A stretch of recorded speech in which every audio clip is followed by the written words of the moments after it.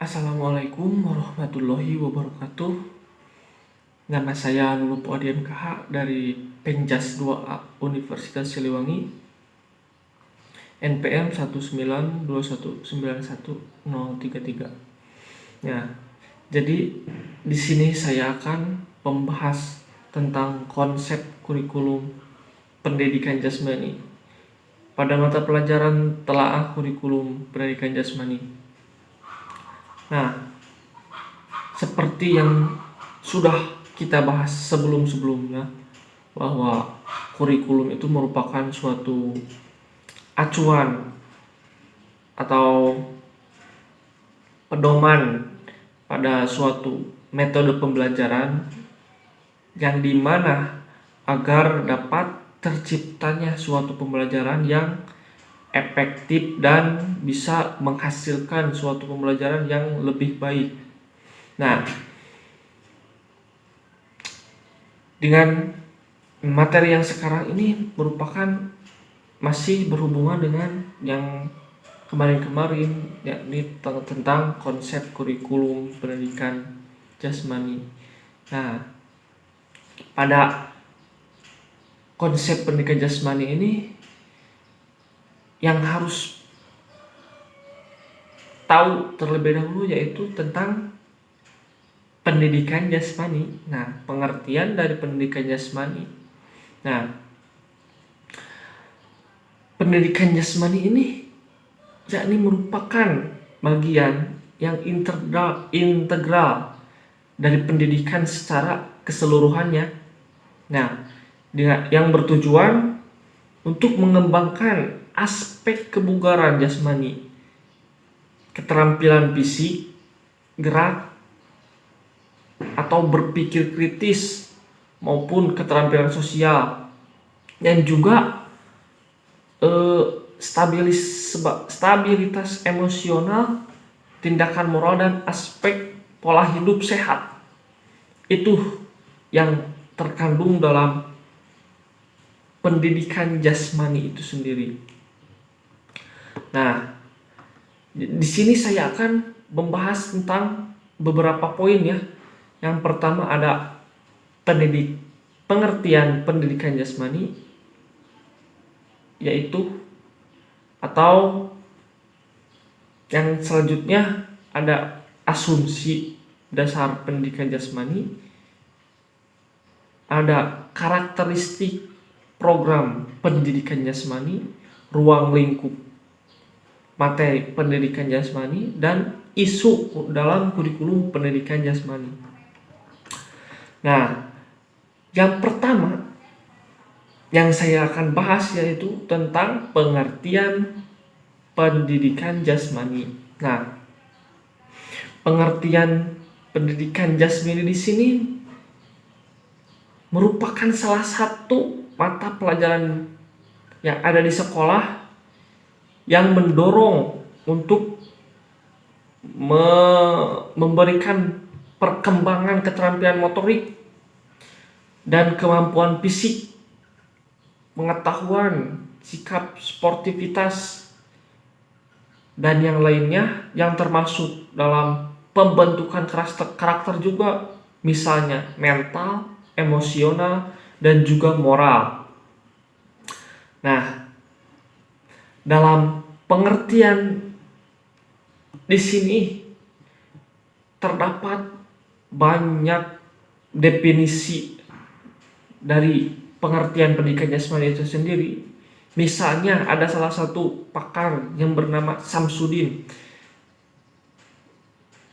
tahun 2008, dan ia mengemukakan bahwa pendidikan jasmani adalah suatu proses pembelajaran melalui aktivitas jasmani yang didesain untuk meningkatkan kebugaran dan mengembangkan keterampilan motorik, pengetahuan, dan perilaku hidup sehat, aktif, dan sikap sportif maupun kecerdasan emosi. Nah,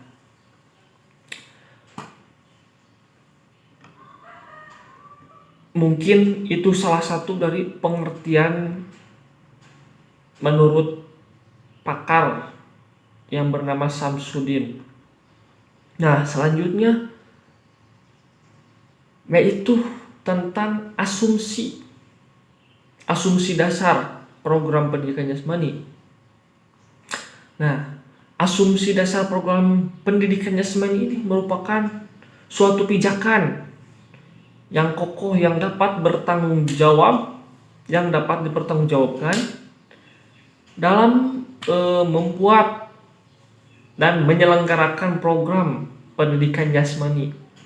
Nah, pada asumsi ini terdapat tiga asumsi dasar program pendidikan jasmani.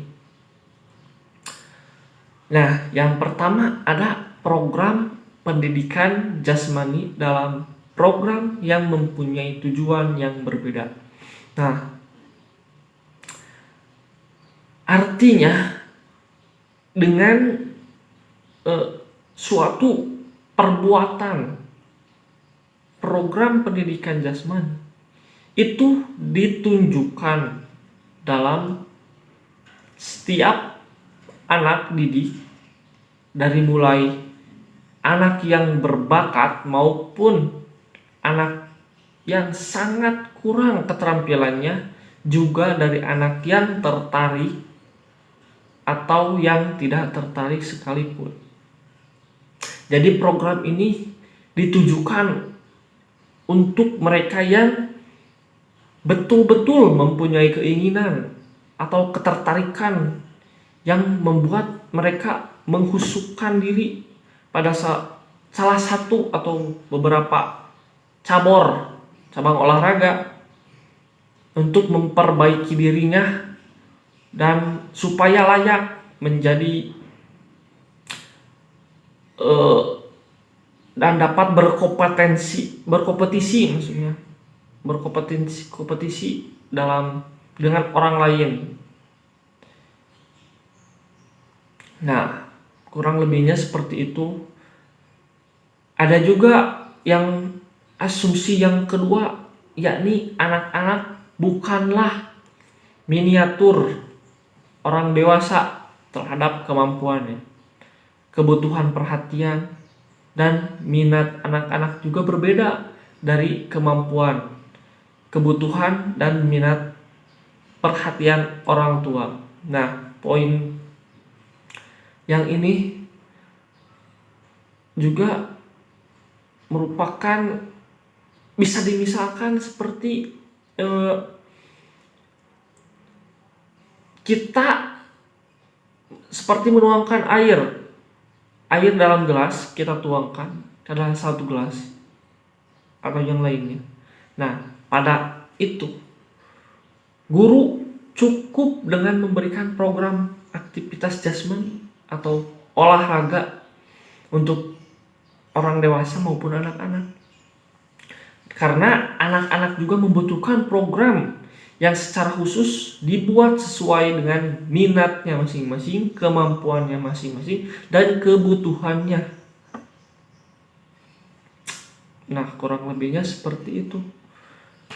Nah, untuk poin yang selanjutnya ada anak-anak yang kita ajar sekarang tidak akan menjadi dewasa pada kehidupan sekarang. Nah, maksudnya adalah dengan program pendidikan jasmani saat ini yang ada sekarang, kita harus berusaha memperkenalkan kepada anak didik kita di dunia saat ini, dan juga bisa sekaligus mempersiapkan nanti anak didik nanti untuk bisa hidup dalam dunia yang belum pasti di masa yang akan datang.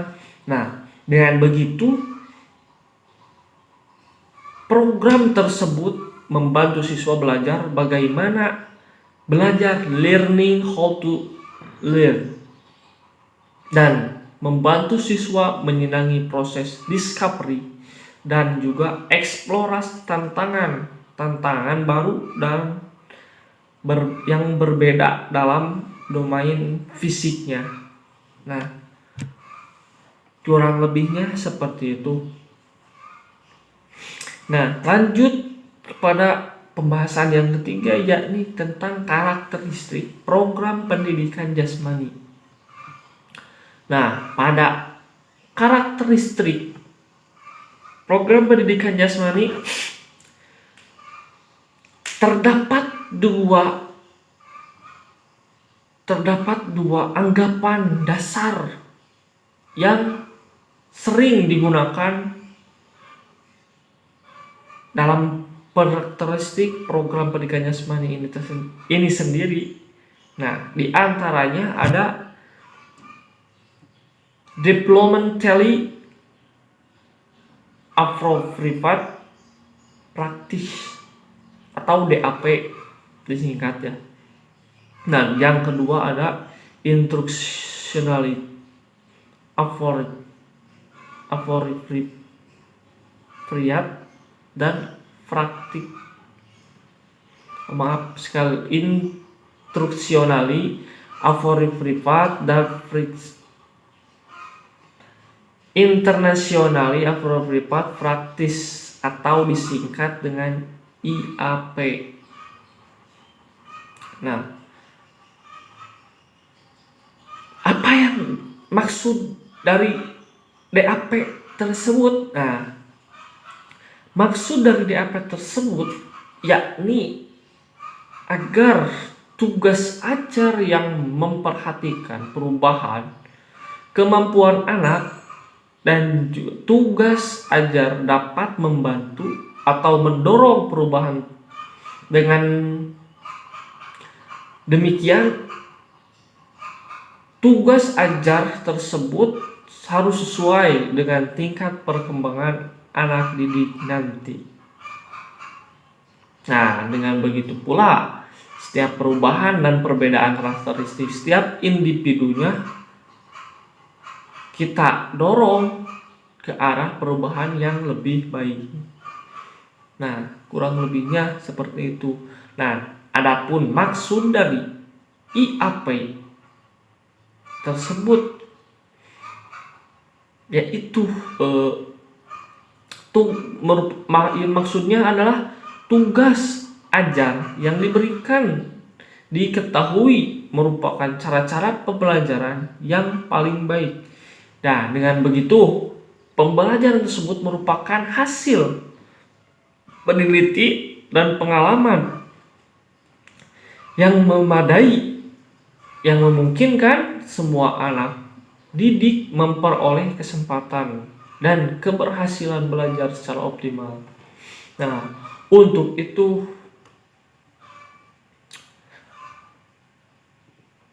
kita lanjut ke pembahasan selanjutnya, yaitu tentang ruang lingkup pendidikan jasmani. Nah, ruang lingkup pendidikan jasmani ini menurut BNSP tahun 2006, yakni ruang lingkup pembelajaran jasmani ini mempunyai berbagai poin-poin. Di antaranya yang pertama ada permainan dan olahraga. Nah, permainan dan olahraga ini misalnya terdapat permainan tradisional, permainan-permainan lain, permainan gelap, keterampilan manipulatif dan sebagainya, termasuk sepak bola yang banyak digemari ya. Nah, kurang lebihnya seperti itu. Nah, yang kedua ada aktivitas pengembangan. Nah, aktivitas pengembangan ini dapat dimisalkan seperti mekanika sikap tubuh, komponen kebugaran jasmani, dan juga bentuk postur tubuh serta aktivitas lain. Nah, yang ketiga ada aktivitas senam. Nah, bisa dimisalkan seperti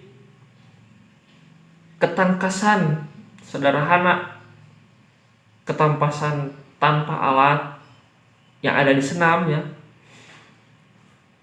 dan juga senam lantai juga merupakan termasuk dalam aktivitas senam dan yang lainnya lah. Nah, yang keempat ada aktivitas ritmik. Nah, yang meliputi gerak bebas, senam pagi, nah senam termasuk ya tadi juga, dan senam aerobik. Nah, ini termasuk pada aktivitas ritmik ya. Nah, ada juga aktivitas pendidikan luar sekolah.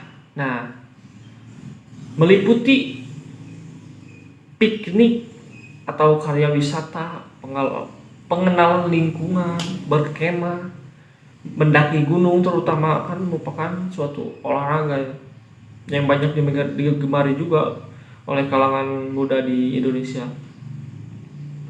Nah, yang terakhir ada kesehatan. Nah, kesehatan inilah sangat mahal tentunya ya pada tubuh kita, karena yang meliputi penanaman budaya hidup sehat dan dalam kehidupan sehari-hari. Nah, ini tentunya khusus buat kita, misalnya terkait pada merawat lingkungan, terutama supaya terhindar dari virus-virus, termasuk virus corona sekarang ya, harus betul-betul tuh diwaspadai, karena sudah banyak korban-korban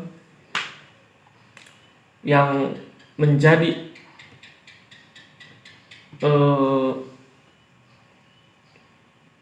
penyebab dari banyak kematian di Indonesia ini. Nah, yang poin selanjutnya ada isi kurikulum dalam pendidikan jasmani. Maaf, ada isu, maksudnya isu program pada kurikulum pendidikan jasmani. Nah, isu, berbicara tentang isu, yang pertama ada isu program. Nah, dimisalkannya pada SMA, program pendidikan di SMA. Nah, ini biasanya terjadi pada dua sisi. Yang pertama ada materi kurikulum dan distribusi alokasi waktunya. Nah, biasanya dua inilah yang menjadi penyebab isu pada pendidikan jasmani. Nah, karena pada dasarnya di SMA itu banyak yang harus dipelajari dan masuk dalam berbagai gerak maupun cabang olahraga, misalnya atletik, permainan, senam, bela diri, dan olahraga tradisional yang lainnya. Nah, pada SMA saya dulu betul-betul itu tidak diperhatikan ya. Malahan ya, olahraga yang paling diberikan oleh guru pada saat saya masih SMA itu hanya diacuhkan saja. Jadi olahraganya tergantung kita. Misalnya kita suka sepak bola, tinggal ambil bola langsung olahraga sampai habis, waktunya habis itu biasa. Nah, itu yang terjadi di sekolah saya dulu. Nah, yang selanjutnya ada isu progres pembelajaran, proses pembelajaran. Nah, seperti yang tadi ya, sama saja. Tetapi ini berhubungan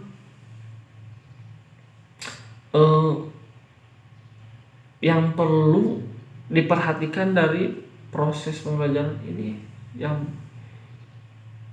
yakni pengembangan atau variasi yang diberikan cenderung miskin ya, seperti tadi kan. Jadi materi yang diajarkan itu tidak sesuai dengan kurikulum yang ada. Nah, biasanya ya Jadi kita juga harus eh, berpartisipasi lah dalam berbagai aktivitas pendidikan jasmani. Nah, dalam isu proses pembelajaran ini yang pertama ada yakni tadi guru kurang mengembangkan aspek afektif karena kurang melibatkan aktivitas yang dapat mengembangkan keterampilan sosial, kerjasama, kemampuan yang lain. Nah, ada juga guru cenderung masih kurang memperhatikan kesempatan pemberian bantuan kepada siswa agar mengerti emosi-emosi yang disarankan pada waktu melakukan aktivitas pendidikan jasmani.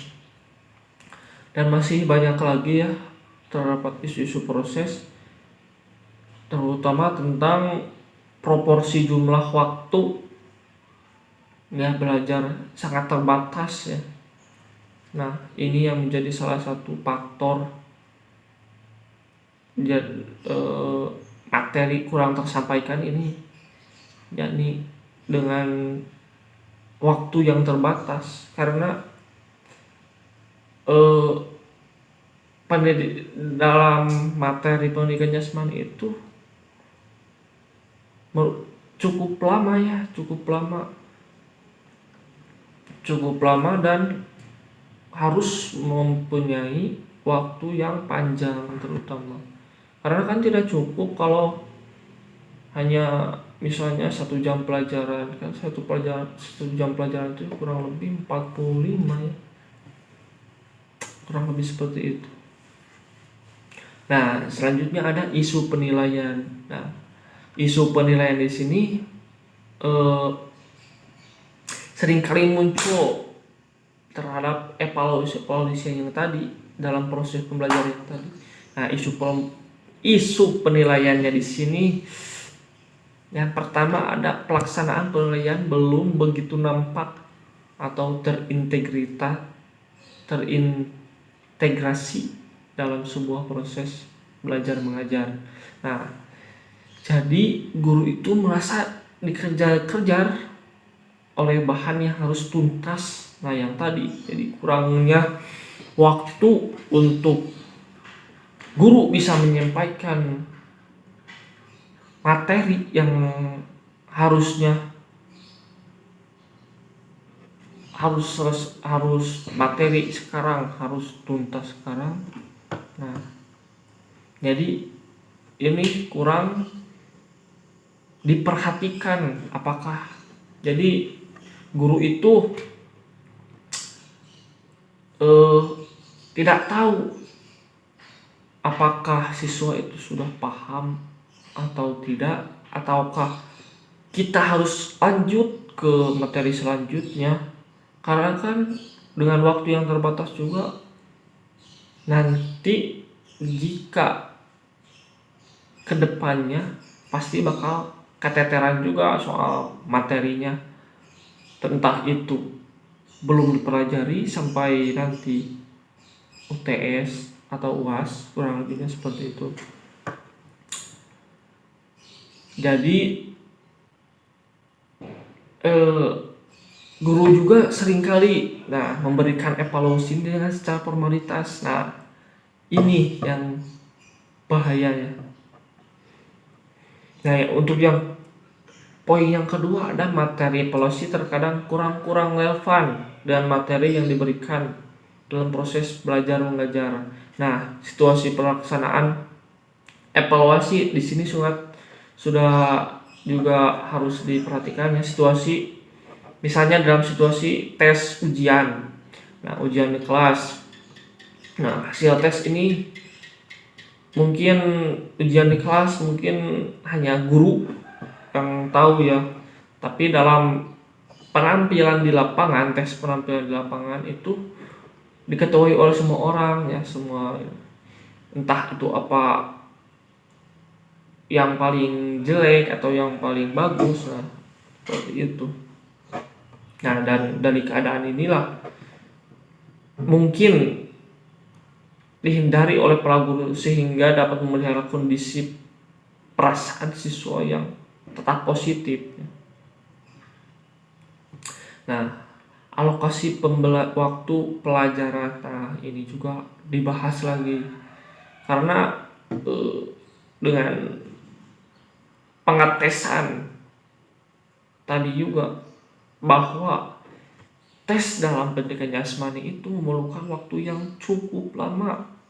Nah, misalnya kita akan mengetes lari 2,4.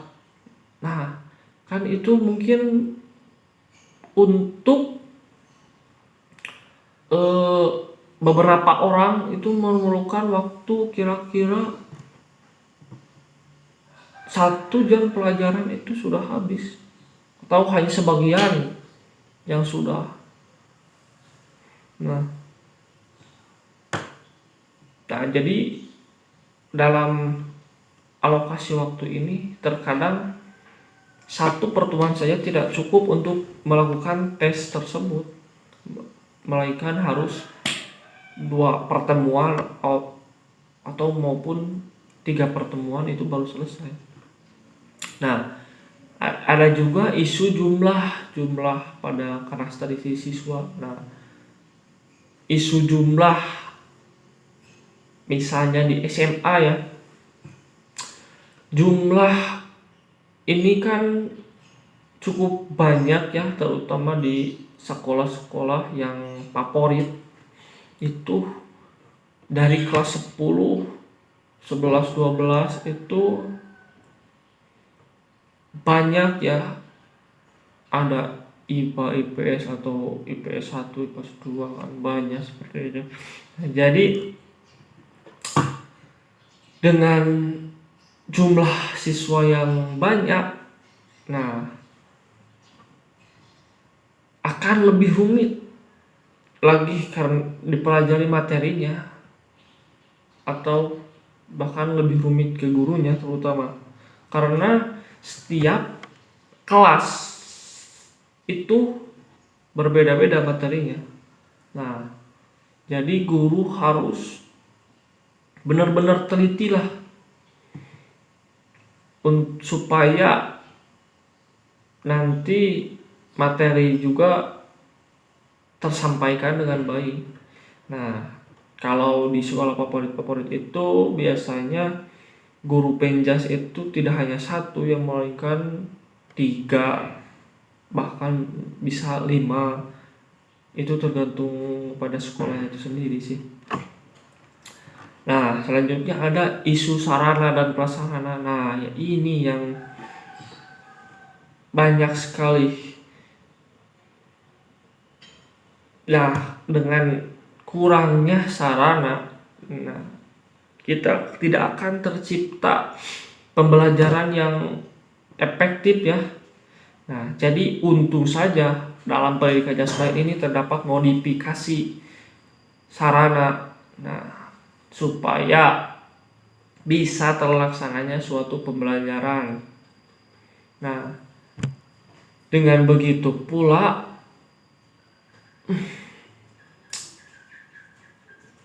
jumlah siswa seringkali bahkan di Indonesia ya, sebagian besar itu tidak memiliki sarana prasarana yang baik ya, terutama di perkotaan.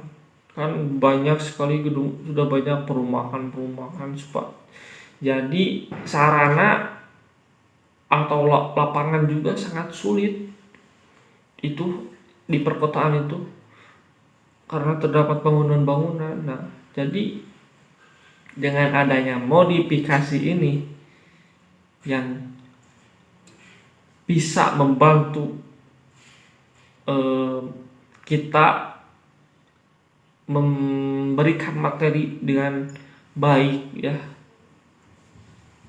Nah, ada juga